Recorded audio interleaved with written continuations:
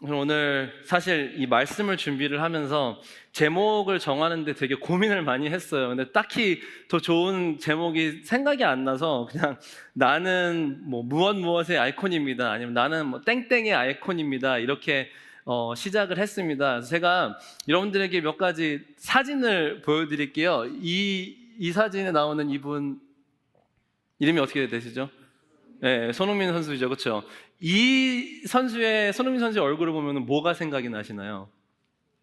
축구 생각이 나죠. 약간 축구의 아이콘이라고 할 수 있을 정도로. 그다음에 다음 사진을 보시면은 이분도 다 아시나요? 마이클 조던. 예. 이분을 보면은 뭐가 생각이 나시나요? 농구 생각이 나죠, 그렇죠? 우리가 인물들만이 아니라 뭔가 이렇게 그림이나 아이콘을 봤을 때도 생각나는 게 있습니다. 이 다음 사진을 보시면은 제가 이름플 때도 얘기했는데 저는 꿈에서도 만나보지 못한 스티브 잡스가 그래서 이기훈 목사님이 되게 부럽다고 제가 얘기를 했었는데 저 아이콘을 보게 되면은 뭐 컴퓨터가 생각이 날 수도 있고요. IT가 생각이 나실 수도 있고 내가 가지고 있는 아이폰이 생각이 나실 수도 있고 이렇게 우리가 누구의 얼굴을 보거나 아니면 어떤 그림을 봤을 때 우리에게 생각나게 하는 그 사람의 성품이든지 아니면 뭔가 아이디어들이 있습니다. 무엇의 아이콘이라고 할때 그런 의미가 있죠. 근데 제가 이런 생각을 한번 해봤어요. 지금 저 스크린 앞에 저의 얼굴이나 아니면 여기 계신 여러분들의 얼굴이 올라왔다고 했을 때 그 얼굴을 본 특히 우리의 가족은 뭐라고 할까? 예를 들면 분노의 아이콘, 약속 안 지킴의 아이콘, 제가 굉장히 실수 많이 하는 까먹음의 아이콘, 뭐 이런 게 될 수도 있죠, 그렇죠? 오늘 이 창세기 말씀을 보면은 사실 어렸을 때부터 교회 오래 다니신 분들은 이 창조에 대한 말씀을 굉장히 많이 배우잖아요. 그렇기 때문에 우리가 하나님이 모든 것을 창조하시고 그리고 사람을 창조하신 이 장면에 대해서 그냥 익숙하고 알고 있으니까 그냥 좀 지나가게 되는 그런 일들이 생깁니다. 저도 이제 제가 막 목회를 오래 하거나 막 나이가 많은 건 아니지만 제가 짧게 목회하면서 말씀을 공부하고 또 나름 말씀을 가지고 씨름을 할 때 내가 정말 익숙하게 잘 알고 있었다고 생각하는 그 말씀 안에 또 하나님의 더 깊은 말씀들이 숨어 있는 것을 항상 발견할 때가 있어요. 그게 우리 하나님 말씀의 되게 신비로움이죠. 믿으십니까? 그래서 오늘 우리가 좀 익숙할 수도 있는 이 말씀을 통해 우리 삶에 이 말씀이 어떻게 적용이 될 수 있는지를 한번 여러분들과 고민을 해보기 원합니다. 왜냐하면 이 말씀을 우리가 생각할 때 정말 하나님이 인간을 만드시고 심히 보기 좋았더라라고 얘기했을 때 뭐 청년부 수련회나 아니면 집회 같은 데 가면 이 타이밍에 이런 거 시키잖아요. 이렇게 옆에 있는 분 한번 바라보시며 이렇게 그분을 손을 당신 하나님이 보시기에 심히 아름다우셨답니다. 이렇게 나누라고 하잖아요. 근데 그것도 사실입니다. 중요합니다. 하지만 그 외에 이 창세기 1장에서 얘기하고 있는 이마고 데이, 하나님의 이미지, 이 헬라어로 아이콘이란 단어예요.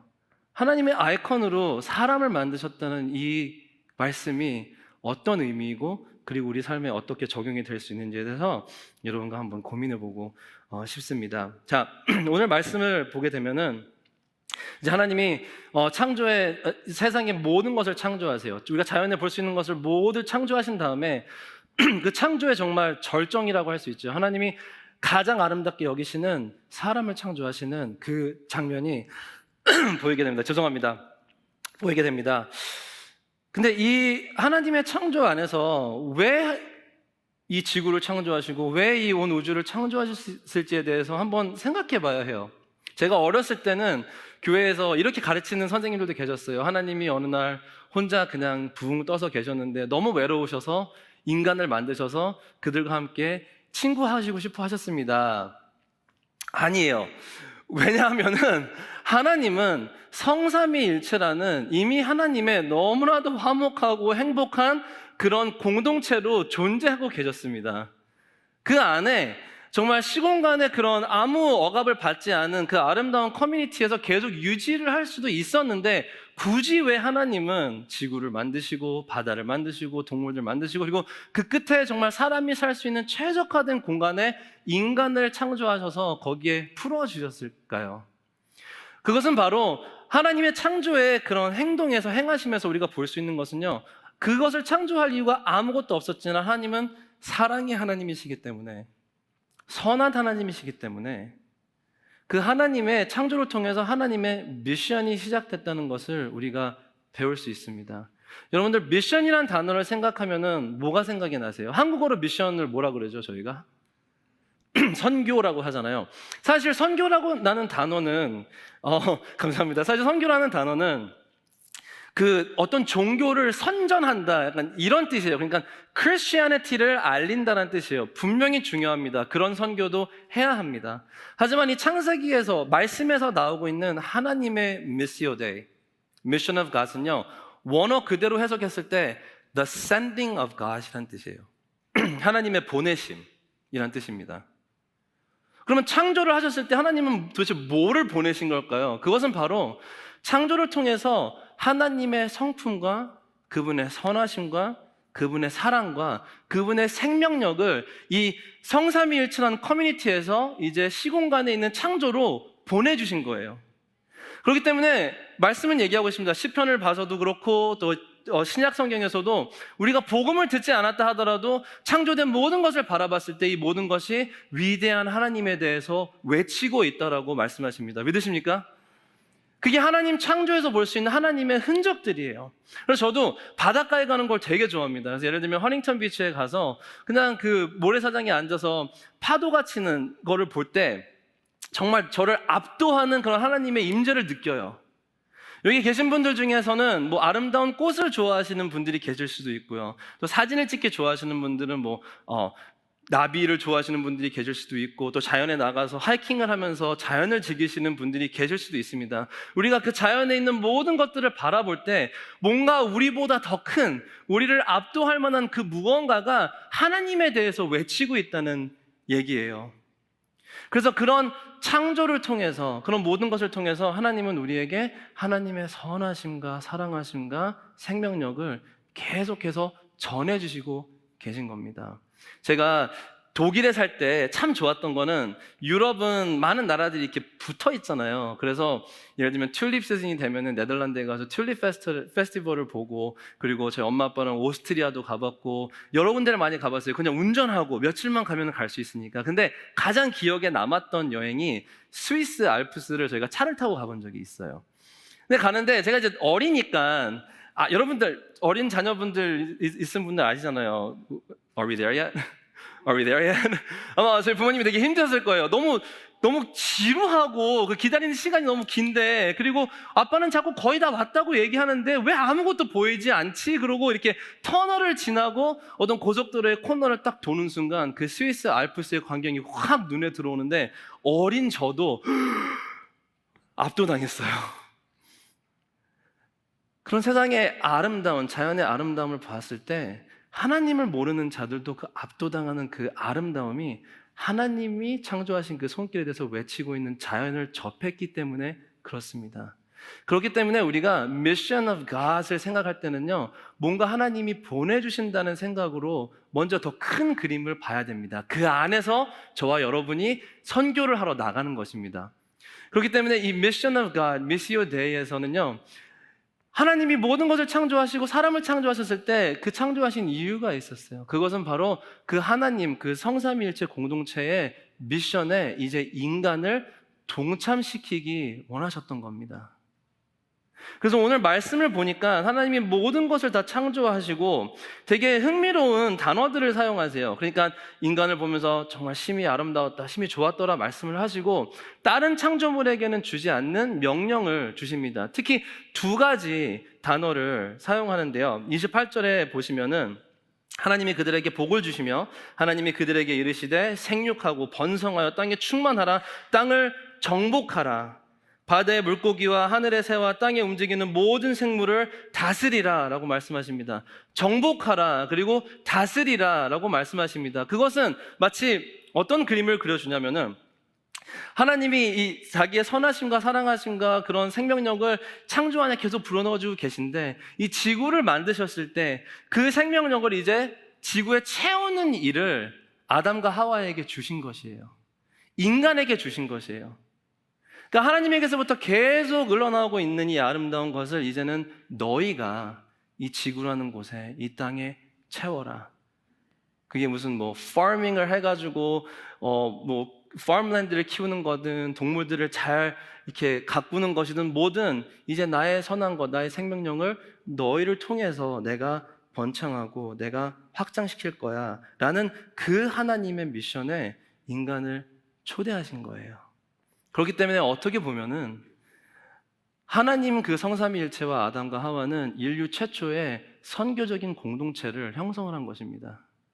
우리가 많은 때 생각할 때 선교는 복음을 전하러 나가는 거잖아요. 근데 그 복음은요, 예수님이 오시기 이미 전에 하나님이 창조의 그 행하심을 시작하실 때부터 하나님의 사랑과 선하심과 생명력이 흘러나왔기 때문에 복음이라는 것은 하나님에게서부터 창조를 시작하시는 그 시기부터 계속 흘러나온 것입니다.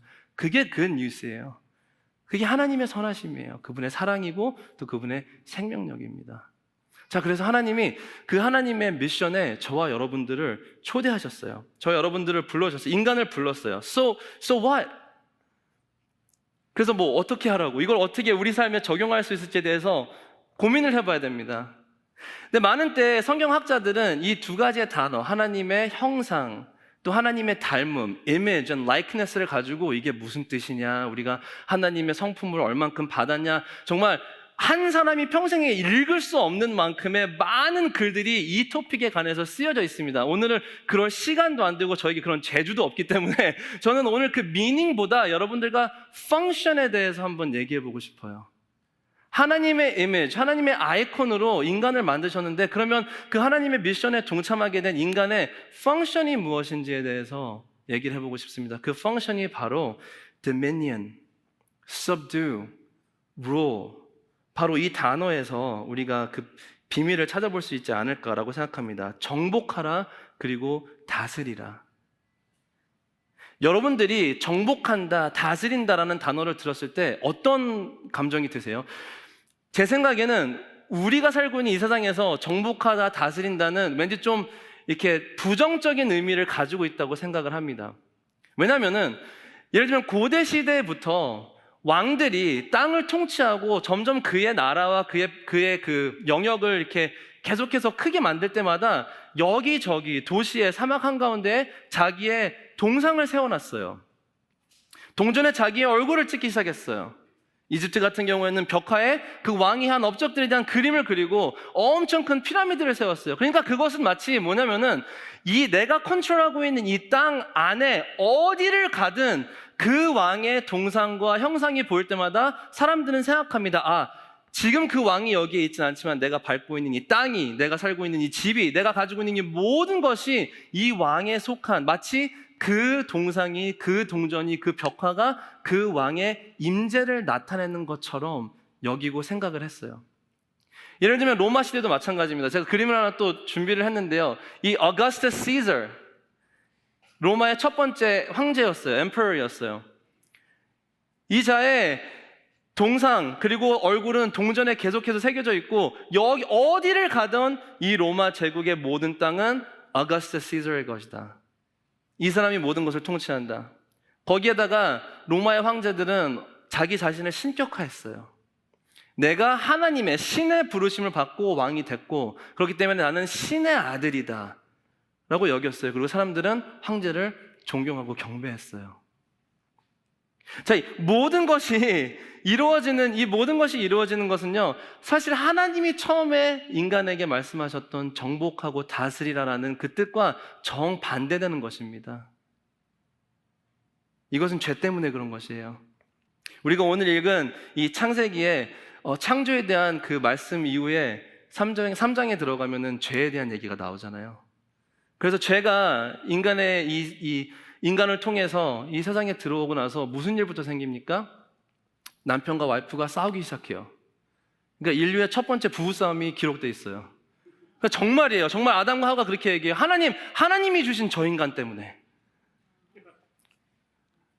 그러니까 사람과 사람, 그 허즈밴드와 와이프 간에 이 화목했던 관계에 분열이 생기기 시작하는 거예요. 그때부터 지금까지 어떤 현상이 일어납니까? 서로 이기려고 그러는 거예요. 한마디 더 해야 되고 지면 안 되고, 더 나아가 여인이 뱀을 보고 하나님 보고 그렇게 얘기합니다. 하나님이 주신 뱀 때문에. 그 한때는 화목했던 인간과 자연의 그 유니피케이션의 그 화목함에 분열이 생기기 시작하는 거예요. 그러면서 한때는 인간의 말을 잘 들었던 맹수들도 이제는 우리에게 위험이 되는 거예요. 그렇기 때문에 우리가 바닷가에 가서 놀 때도 재미있지만 위험이 있는 거예요. 산에 하이킹을 해도 좋지만 위험이 있는 거예요. 이 자연의 어디를 가든 위험이 있습니다. 저와 여러분은 인간이기 때문에 굉장히 쉽게 죽을 수 있어요. 그게 현실이에요. 인간과 자연의 분열이 생겼기 때문에. 더 나아갑니다. 그러면 다음에 나오는 스토리가 뭐죠? 형제 간의 분열이 일어나기 시작하죠. 가인과 아벨 사이에서 형이 동생을 죽입니다. 그래서 계속해서 창세기를 읽어가고 사람의 히스토리를 보게 되면은 도시들이 생깁니다. 도시와 도시 간의 분열이 생깁니다. 그 도시들이 커져서 나라를 이룹니다. 나라와 나라의 분열이 생깁니다. 그리고 우리의 현대 사회에서 그 역사에는 계속한 전쟁에 대한 역사가 계속해서 반복되고 있어요. 지금도 사실은 우리 한국도 전쟁 중이나 마찬가지인 거잖아요. 휴전이지만 러시아를 봤을 때, 유크레인을 봤을 때. 그러니까 이 다스리라는 하나님의 이 말씀, 정복하라라는 이 하나님의 말씀은 그런 뜻이 아닌데, 인간이 자기의 나라와 자기의 왕국과 우리 정말 작은 나의 가정 안에서도 나의 영향력을 나의 배우자보다 조금 더, 나의 자녀보다 조금 더, 어쩌면 교회 안에서도 나의 영향력을 옆에 있는 사람보다 조금 더 냈으면 좋겠는 이 마음 때문에 서로를 정복하고, 그리고 지구를 봤을 때도요, 우리 지구가 조금씩 망가져가고 있는 걸 우리가 볼 수 있잖아요. 뭐 지구 온난화나 기후 변화 이런 거에 대해서 여러분들의 다른 어피니언이 있을 수도 있습니다. 하지만 분명한 것은요, 사람들이 많아지면 많아질수록 지구는 되게 고통스러워하고 있는 건 맞는 것 같아요. 제가 이제 캘리포니아에서 운전을 하다 보면은 가끔가다 91번을 타고 저쪽으로 가면 어마어마하게 멋있는 산들이 보이잖아요. 네, 한 번은 저희 와이프 은주 사모가 그런 얘기 하더라고요. 와, 이렇게 아름다운 자연이 있는데 위에 사람들이 땅을 깎고 터널을 내고 아스팔트를 깔고 이러면서 지구는 얼마나 답답할까라는 얘기를 했는데 저한테는 되게 신선한 생각이었어요. 그렇다고 제가 우리 막 원신들처럼 돌아가야 된다 그런 얘기를 하는 건 아닙니다. 다만 우리가 점점 많아지면 많아질수록 지구도 망가지고 있는 것도 사실인 것 같아요. 그러니까 그 죄의 순간부터 하나님이 말씀하신 정복하라, 다스리라는 그런 뜻이 아니었는데 우리에게는 굉장히 네게티브한, 부정적인 의미를 가진 단어들로 각인이 되고 있습니다. 이 창세기 1장 26절에서 28절 말씀을 신학적으로 잘 간결하게 해준 글이 있어서 제가 한번 좀 여러분들과 나누려고 준비했는데, 영어로 돼 있는 거라서 제가 한번 번역을 해봤어요. 굉장히 어려운 그 문장인데 이런 뜻입니다. 인간은 전적으로 지구의 총독입니다. 여호와가 온 우주에 대해 그러하듯이 인간은 지구에 대해서 그러합니다. 인간의 삶은 대우주에 펼쳐진 신성한 생명의 축소판이어야 합니다. 그러니까 하나님이 인간을 창조하시고 우리의 형상대로 만들겠다고 만드신 다음에 하나님의 그 미시오 데이에 초대하신 그 이유는요, 마치 하나님이 이 온 우주를 다스리시고 창조하신 그렇게 위대하신 하나님인 것처럼 이 지구는 인간에게 맡기셨다는 거예요. 그래서 내가 이 창조를 하면서 나의 선함과 나의 생명력과 나의 사랑을 나눈 것처럼 이제는 너희가, 인간이 지구에 나의 선한 것을 나눠라. 그게 너희의 미션이다라고 주셨다는 거예요. 그래서 하나님은 인간을 만드시고 통치할 수 있는 그 통치함의 권위를 주셨습니다. 근데 사람은 실패했어요. 인간은 실패했어요. 죄 때문에 실패했어요. 계속해서 악화되는 상황에서 하나님이 그래도 이스라엘 백성이라는 사람들을 선택을 하십니다. 그들에게 하나님의 율법을 알려주십니다. 그러니까 정말 살아있는 신이 그 신과 어떻게 교통을 해야 될지, 어떻게 관계를 맺어야 될지를 율법을 통해서 설명을 해줬음에도 불구하고 이스라엘도 실패를 했습니다. 그러니까 사람으로서 우리가 진정으로 만들어진 우리의 그 purpose를 이루지 못하고 실패한 상태로 계속해서 가고 있는 거예요. 어쩌면 우리 삶에서 그런 현상이 보일 수도 있습니다. 근데 사랑하는 성도 여러분, 그 실패 때문에 예수님께서 오셔야 했던 겁니다. 그 실패 때문에 하나님은 오케이, that's it. 지금 이 인간 버전 1.0는 지워버리고 이제 2.0로 다시 시작해보자라고 하셨을 수도 있어요. 근데 계속해서 인내하셨어요.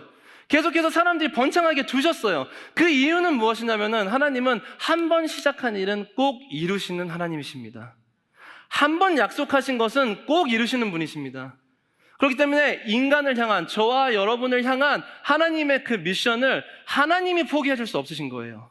그렇기 때문에 우리가 살 수 없는 완벽한 삶을 살고 우리가 죽을 수 없는, 우리가 죽어야 되는 그 죽음을 대신 죽을 수밖에 없게 예수님을 보내주시고, 그래서 그 예수님을 믿는 자에게는 성령 하나님을 보내주셔서 하나님의 그 미션에 이제 진정으로 동참할 수 있는 능력을 허락하시는 겁니다. 그렇기 때문에 하나님의 그 미션에 인간을 동참하게 하시고, 그 안에서 인간이 좌절하고 실패했지만 우리에게 그리스도를 통해서 구속이라는 선물을 주십니다. 믿으십니까? 구속이라는 선물을 주십니다. 근데 이 구속을 받기 위해서는요, 우리가 우리의 현 주소를 좀 어느 정도는 이해를 해야 돼요. 어느 정도는 좀 인정해야 돼요. 제가 이 말씀을 준비하면서 일주일 동안 그래도 말씀을 전해야 되니까 저부터 일단 좀 살아봐야 될 거 아니에요. 그래서 일주일 동안 제 나름 좀 소심한 꿈을 꿨어요. 이번 주는 우리 아이들에게 화를 내지 않겠다.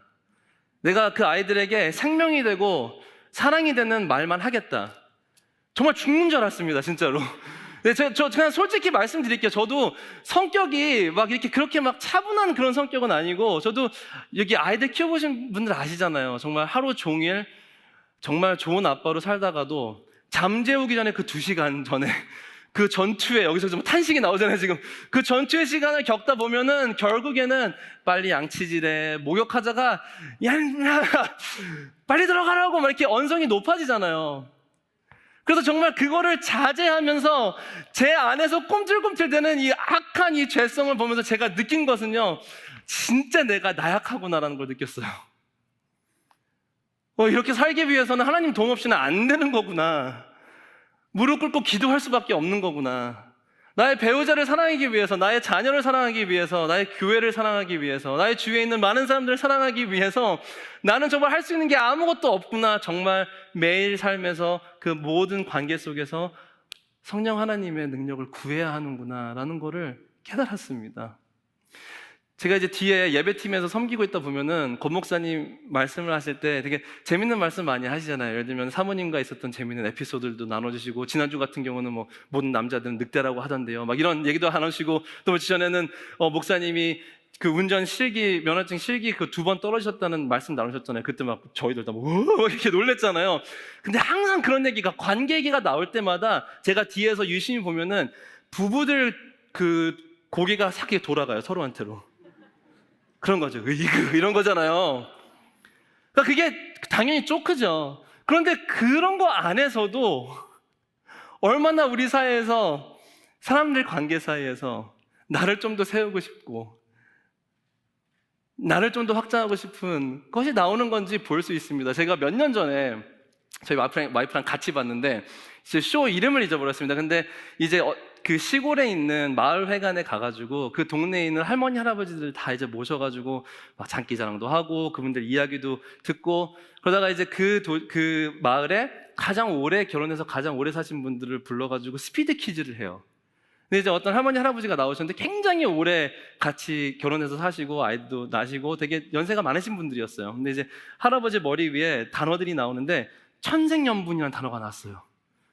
그래서 할머니가 막 설명하는 거야. 그 왜 사랑하는 사람들이 만나가지고 결혼하고, 근데 이 할아버지가 계속 틀리시는 거예요. 그러니까 할머니가 너무 답답하셔가지고, 아니 왜 그거 있잖아, 4글자 자기랑 나 그랬더니 할아버지 얼굴이 확 평온해지면서 하시는 게 평생 왼수.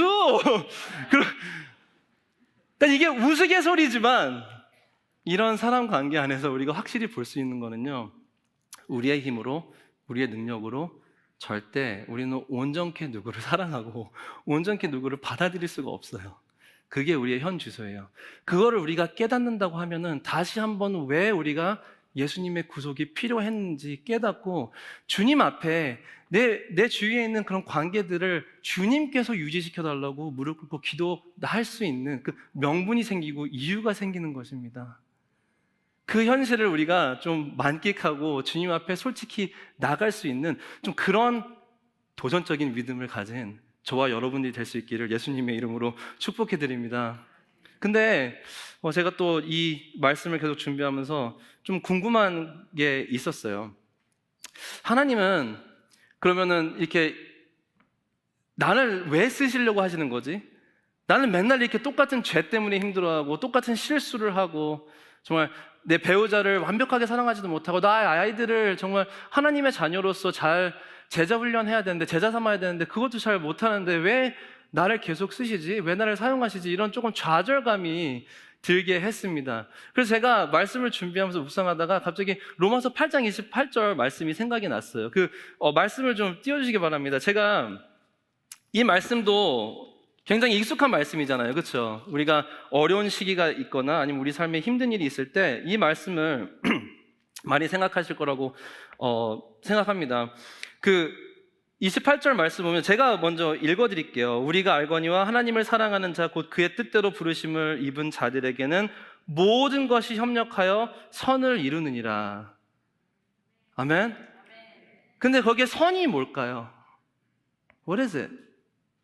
네, 분명히 하나님은 저와 여러분을 사랑하시는 분이기 때문에 우리에게 선하고 좋은 것들을 주시기 원하십니다. 네, 아멘 하는 포인트예요, 여기가. 하나님은 분명히 선하신 분이기 때문에 우리에게 좋은 선하신 축복을 주시기 원하십니다. 근데 그것보다 더 큰 선하신 일을 행하시기 원하세요. 29절과 30절 말씀을 여러분이 같이 한번 읽으시겠습니까? 자, 시작.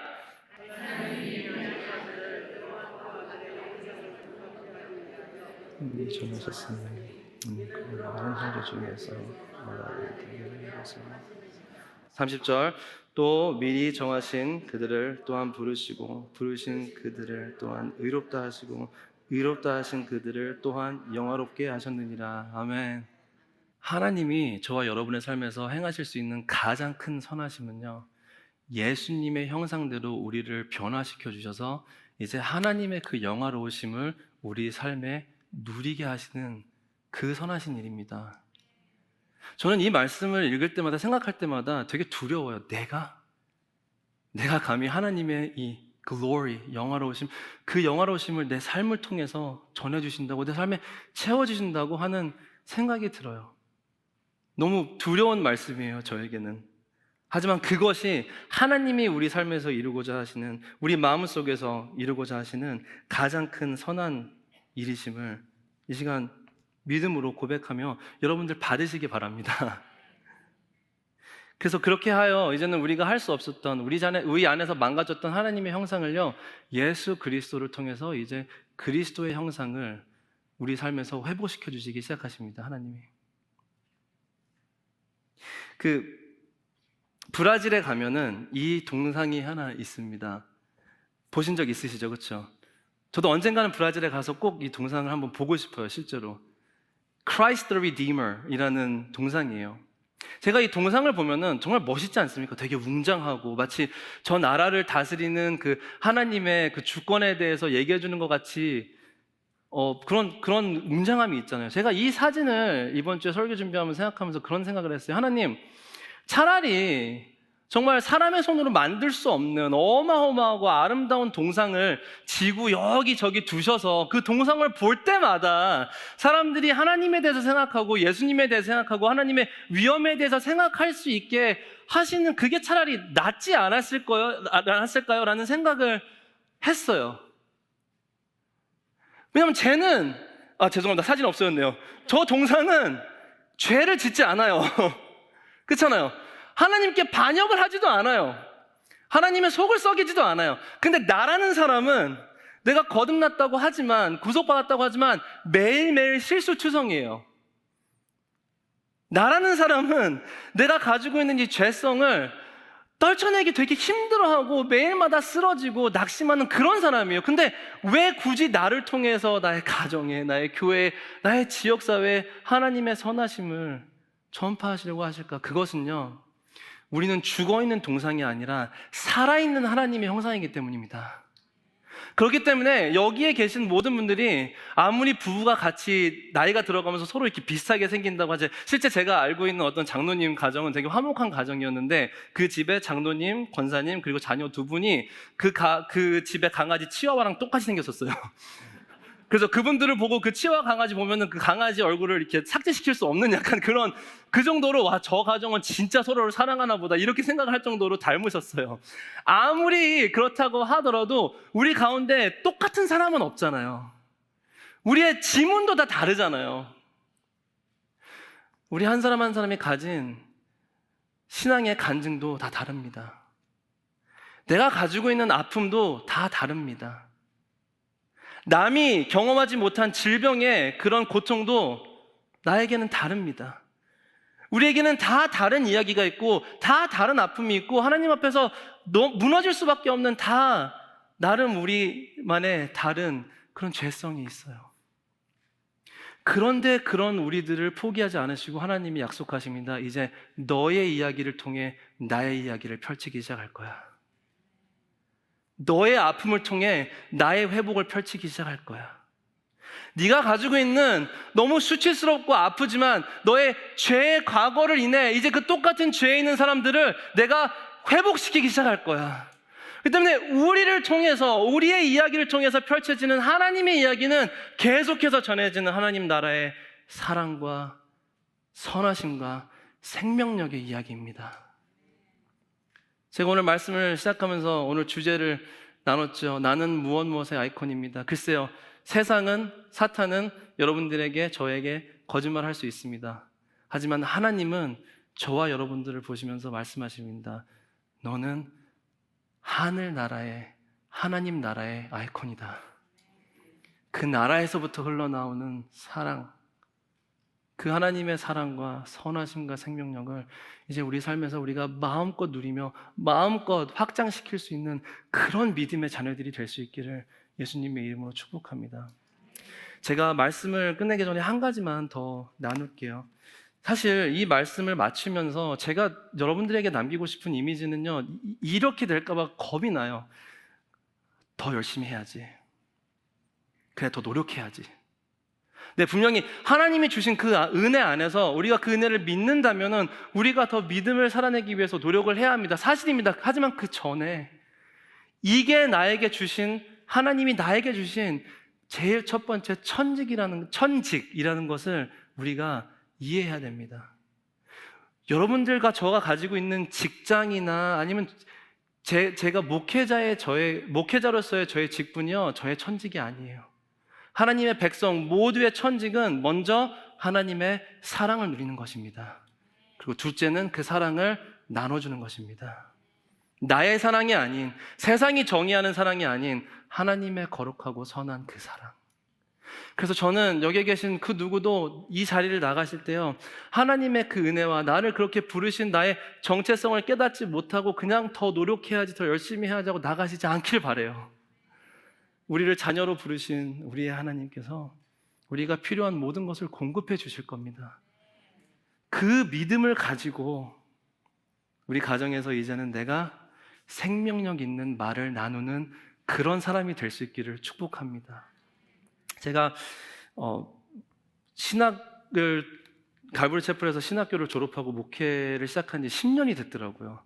그러면서 그 학교에서 졸업한 학생들과 10year reunion을 얼마 전에 가졌습니다. 근데 그때 그 학교에서 졸업하자마자 LA의 와츠라는 곳, 그러니까 여러분들 헐리우드의 갱 영화 같은 데 보면 나오는 그런 도시에 교회 개척을 한 친구가 있었어요.